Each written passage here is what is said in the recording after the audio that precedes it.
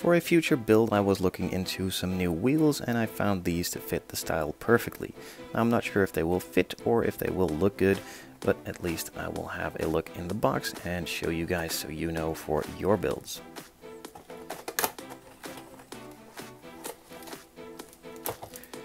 So as opposed to some of the Aoshima sets, it only comes with the wheels and some polycaps, including the tires. No decals, no additional brakes or parts there.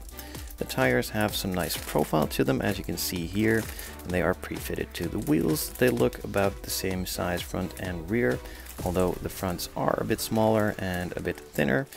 That gives it a nice staggered look.